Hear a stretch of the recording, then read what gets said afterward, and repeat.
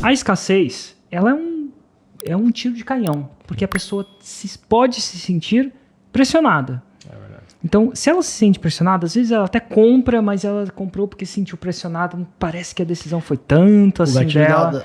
Então, quando você chegou pra Cris e falou, cara, é o seguinte, você namora comigo porque eu não sei se eu vou te esperar muito tempo. Ou se você não quiser namorar, eu também tô livre aí. Então, foi a pressão extrema. Aí a pergunta é, será que você conseguiria um sim sem usar essa arma? Então, de repente, a razão poderia ter aliviado isso. O Sidem poderia Fica mais ter suave, aliviado, né? Fica Como se mais fosse suave. E a ideia é você conseguir... E é claro que você pode usar todos eles, mas a ideia é você conseguir... Quando você consegue um sim do seu funcionário sem a ameaça... Que, cara, te falava, a escassez, dependendo de como você faz, é uma espécie de ameaça. Ela anda na linha da ameaça. Então, se você não fizer isso, você vai perder, eu vou colocar outro no seu lugar, se não quer ficar hora extra, vou arrumar alguém que tem hora extra, alguma coisa que é na pressão. E aí a pessoa se sente pressionada. Se você consegue com a razão e com os outros gatilhos sem usar essa tacada, é muito mais eficiente. Então você vai entender. Por isso que eu acho que o gatilho da escassez deve ser o último dos últimos. Para que cada vez mais você tenha uma noção que a decisão foi feita de forma mais racional ou não, pela pessoa que fez. Porque aí você não precisa usar essa última tacada. Eu tô seguindo muito aquele cara da CIA, né? Qual da CIA? É um cara que chama Andrew Bustamante. É um ex-agente da CIA e que agora tá fazendo podcast. Literalmente. Inclusive, recomendo muito. Tem uma entrevista dele com Lex Friedman. You were a covert CIA intelligence officer for several years. Maybe can you tell me the story of how it all began? Were you recruited, and what did the job entail to the degree you can speak about it? So I was leaving the United States Air Force in 2007. I was a lieutenant, getting ready to pin on captain. My 5 years was up. Sei. Muito bom. Boa introdução a ele. Mas ele fala sobre, cara, ele tem que recrutar um double agent, né? Ele tem que recrutar alguma pessoa no país da pessoa, para a pessoa trair o país dela de nascimento para fornecer informações para a CIA. Então, você tem um russo lá, vamos supor que você quer informações sobre os mísseis nucleares da Rússia, então tem um cara lá, e você tem que persuadir ele a ir contra o regime que ele está vivendo lá para isso. E aí tem as 4 maneiras de persuadir ele, são 4 coisas. E coação é a última que eles usam. Então tem ideologia, eu não lembro das 4, tá? Mas ideologia era uma delas. Dinheiro era outra delas. Se fizer isso, eu vou te dar $1 milhão, é outra delas. Também é uma das últimas. Dinheiro e coação é a última. Ele falou assim, cara, por que você não usa coação? Coação é quando ele tem alguma informação dessa pessoa. Se você não fizer isso, eu vou te entregar. Uma ameaça. Ele falou que a coação, o cara até funciona, mas funciona uma vez. Porque essa pessoa vai fugir de você igual um louco. Porque ela não quer ser coagida novamente. Então ele vai por ideologia. Você não gosta do comunismo, a gente está aqui, se você não fizer isso, o comunismo vai se espalhar. Não sei se é a retórica que ele usava, mas essa parada. Ele falou que ele vai tentar todas as coisas e a coação e o dinheiro ele vai usar de último. Por quê? O dinheiro nunca vai ser o suficiente. 1 milhão hoje, 2 milhões amanhã. O ser humano tem essa ambição, né, de fazer isso. Então, ideologia... Nossa, faltou só um. Mas, enfim. Então, a gente tem... legal dos gatilhos, você pode estar com eles na manga, mas você não precisa... Usar todos de uma vez, né? Usar todos de uma vez. Que nem o truco, né? Jogando truco. Tem um reizinho ali. Vai um aizinho de paus. Por que você vai jogar um zap de uma vez? O gatilho da história é um gatilho que carrega outros gatilhos. Ele te dá atenção, porque a história é interessante, você quer prestar atenção na história, a gente está viciado em história, a indústria de Hollywood, ela é movimentada por histórias que nem são de reais, mas a gente paga para ver história, assina no Netflix para ver história, de mentira, conta uma história boa, meu Deus. Mas então ele traz atenção, mas não traz necessariamente a ação. Então aí você carrega o gatilho da história para explicar a razão, ou explicar... Então, um gatilho que carrega gatilhos. História. Que mais? Faltou um muito bom que a gente não falou. Qual? Gatilho mental da prova. Nossa. Putz, isso daí é pesado. Aí tem prova e prova social, né? Mas o prova é realmente comprovar algo, uma evidência. Cara, quando você comprova que você fez alguma coisa. Prova social. Prova social Prova social é... Estou liderando as pesquisas. Nossa, será que as pessoas sabem alguma coisa? A gente está aí para uma campanha de prefeitos, né? Então, quando o cara está liderando a pesquisa, ele vai falar o tempo inteiro, naturalmente, não com o gatilho mental da prova na cabeça, da prova social. Quer dizer que ele vai ser um bom prefeito? Não prova que ele vai ser um bom prefeito, mas quer saber que a maioria está com ele, segundo as pesquisas, no caso, né? E isso vai fazer, será que eu não tô vendo alguma coisa? Eu achava ele um babaca, mas, pô... Por que ele tá na frente, né? Será que as pessoas sabem alguma coisa que eu não sei? Por que ele tá na frente? Quem mais de gatilho inusitado? Pouco falado. Comprometimento e consistência. Quando você fala um pequeno sim para a pessoa, você tende a manter o seu... E você faz uma outra pergunta para a pessoa, ela tende a manter a consistência daquele primeiro sim. Então, assim, tecnicamente, como é que isso foi provado? As pessoas queriam isso, os cientistas que queriam provar isso, se não me engano, também está no livro Armas da Persuasão, Robert Cialdini, citando as fontes aí. Ele fala o seguinte, o cara queria colocar uma grande placa de propaganda na janela da galera. E queriam sim para isso. Só que ao invés de falar assim, cara, posso colocar essa grande placa de propaganda? Não sei se era propaganda ou uma grande placa de trânsito, mas era alguma coisa do tipo. Na sua janela. Antes de fazer isso, um dia antes, uma semana antes, um tempo considerável antes, ele falava assim, cara, se alguém te pedisse para apoiar essa... Acho que era uma causa nobre, tá? A causa era alguma coisa de criança. Se alguém te pedisse para apoiar essa causa nobre, você falaria um sim?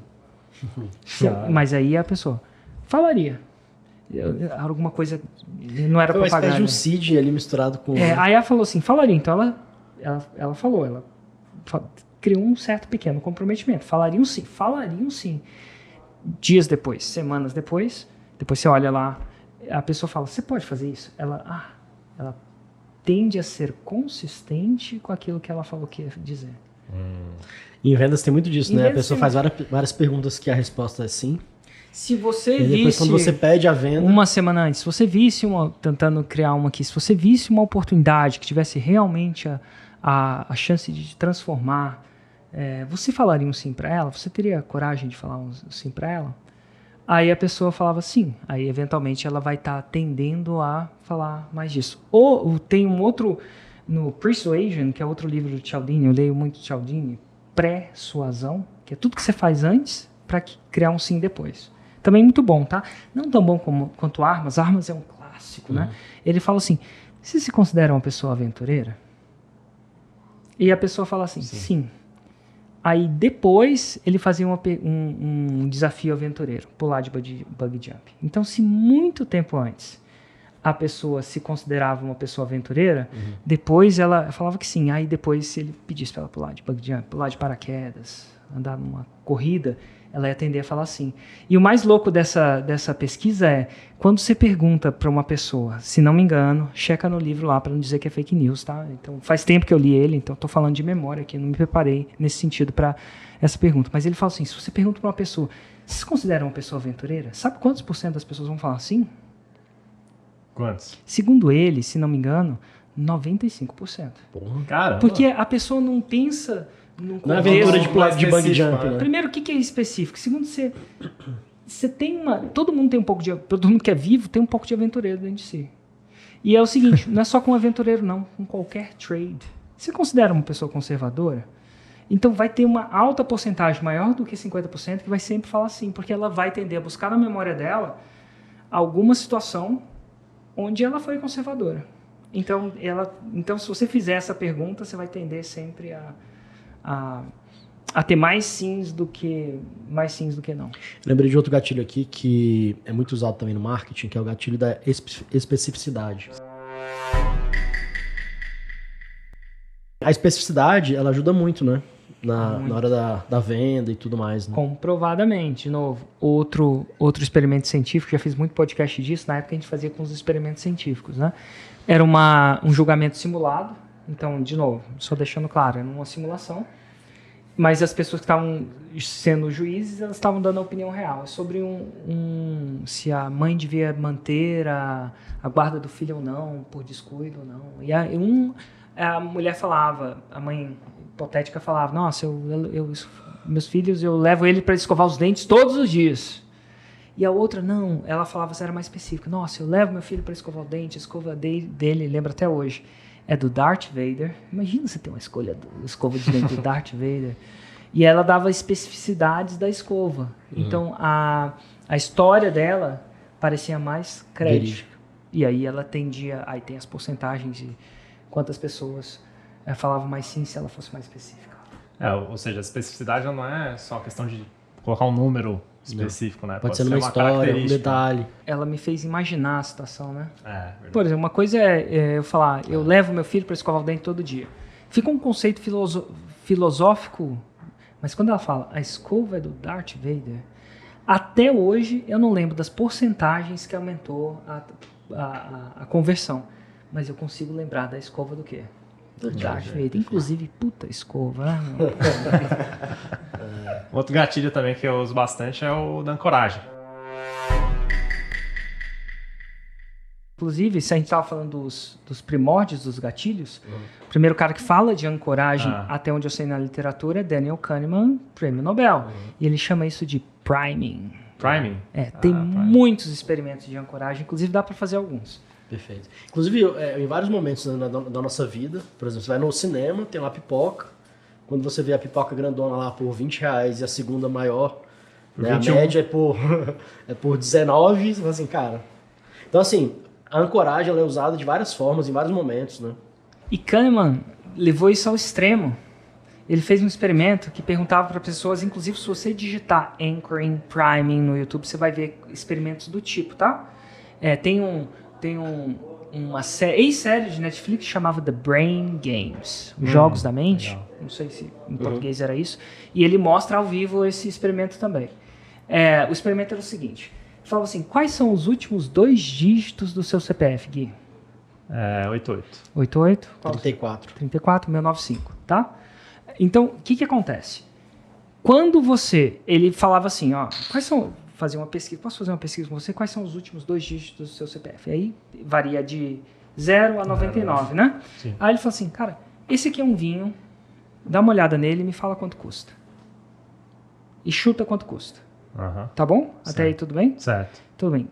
Quem era como 88 e 95 tendia estatisticamente a avaliar esse vinho como mais caro do que... Por conta da ancoragem que é aleatória. Só porque teve uma exposição ao número maior. Chama priming. Caraca, que doido. É nesse nível.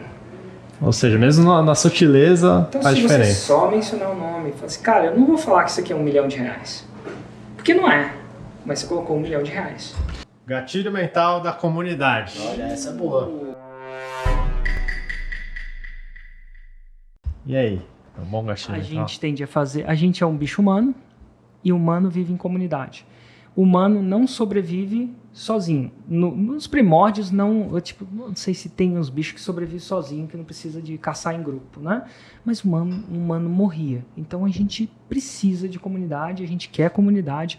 Se a gente vende um produto e depois a pessoa acha que vai estar meio que sozinha lá, é mais difícil dela fazer essa decisão. Se ela sente que está numa comunidade, ela vai tender a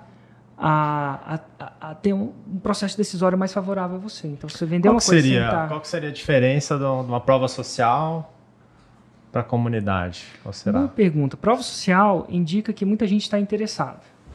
Certo? Então, é engraçado, os gatilhos se unem, né? A comunidade significa que... eu estou falando mais no futuro, significa que depois... Ou até no momento. Vou dar um exemplo. Quando você tem muita gente na comunidade, vira prova social. Mas quando você tem, antes de você vender, a pessoa se sente numa comunidade... Faz parte daquilo. Né? Faz parte de uma comunidade de agências. Mesmo antes, tá? Nossa, tem agência aqui. Ela não quer perder esse vínculo. E para ela continuar esse vínculo, intensificar esse vínculo, ela vai comprar o seu produto para entrar numa outra comunidade. A gente costuma dizer que produto de recorrência, as pessoas entram pela aspiração, pela ambição, pelo medo de perder, mas elas na maioria das vezes, elas ficam pela comunidade. Às vezes elas nem aumentaram tanto o resultado, nem perderam tanto, mas elas continuam a renovar porque elas não querem sair daquele meio de pessoas. Acontece isso muito no Plat. Comigo aconteceu no Plat. Total, eu não quero perder eu não quero perder essa comunidade. Você não vai perder, porque você ainda tem o WhatsApp deles, mas é diferente. Dá para intensificar a comunidade com eventos, dá para intensificar a comunidade com retórica, com palavras, com gírias que só a galera da comunidade... jargões, né? Eu lembro que quando o Gui começa a chegar e falar sobre poker pra gente, o flop, o river, eu não sei, eu me sinto fora da comunidade, mas quem ouve o Gui falando de flop e o river, eu falo assim, pô, esse cara é dos meus. Entende até a linguagem, né? A linguagem é uma das coisas que mais gera comunidade, o movimento. Muito bom. Total. A igreja faz muito isso. Você vê que uma galera que é muito de igreja, assim, vai chegando uma hora que ele vai usando palavras que só a galera da igreja... coisa do tipo, e aí, vamos lá e tal. Não, foi muito massa. Aí o cara, em vez de falar, foi sim, ele fala assim, amém. Então, quem é da comunidade religiosa saca, opa, esse cara tem a mesma crença, os mesmos valores que eu. A mesma coisa da política. A direita é uma comunidade, a esquerda é uma comunidade, unida por valores ou costumes ou alguma coisa do tipo. Eles vão criando, isso gera muito. E às vezes, quando você está numa comunidade, você deixa de ser até racional.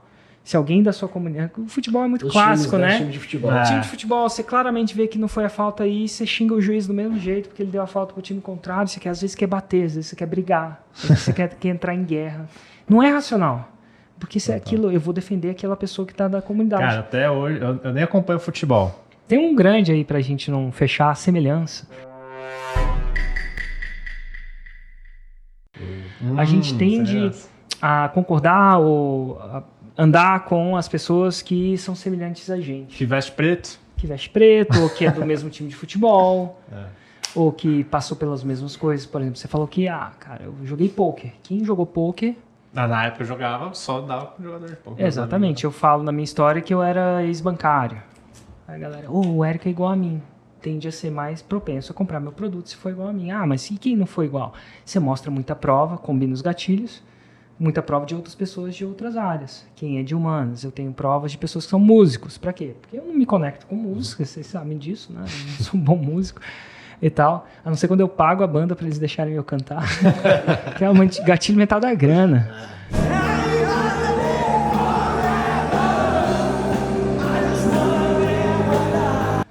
Né? Mas enfim, mas eu mostro músicos, então eles vão acabar se conectando com essas pessoas porque eles são iguais a eles. E de onde vem isso? Pô, a gente protege o nosso DNA, né? Começa pelo nosso DNA, pela própria propagação. Família começa, mas hoje as comunidades não são só DNA, né? Não só quem parece com a gente.